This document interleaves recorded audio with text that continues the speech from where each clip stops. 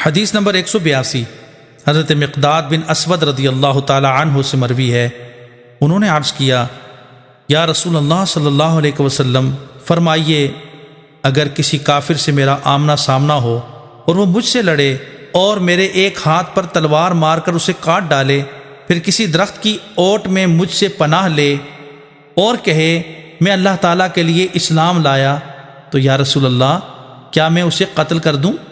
جبکہ وہ کلمہ اسلام کہہ چکا ہے؟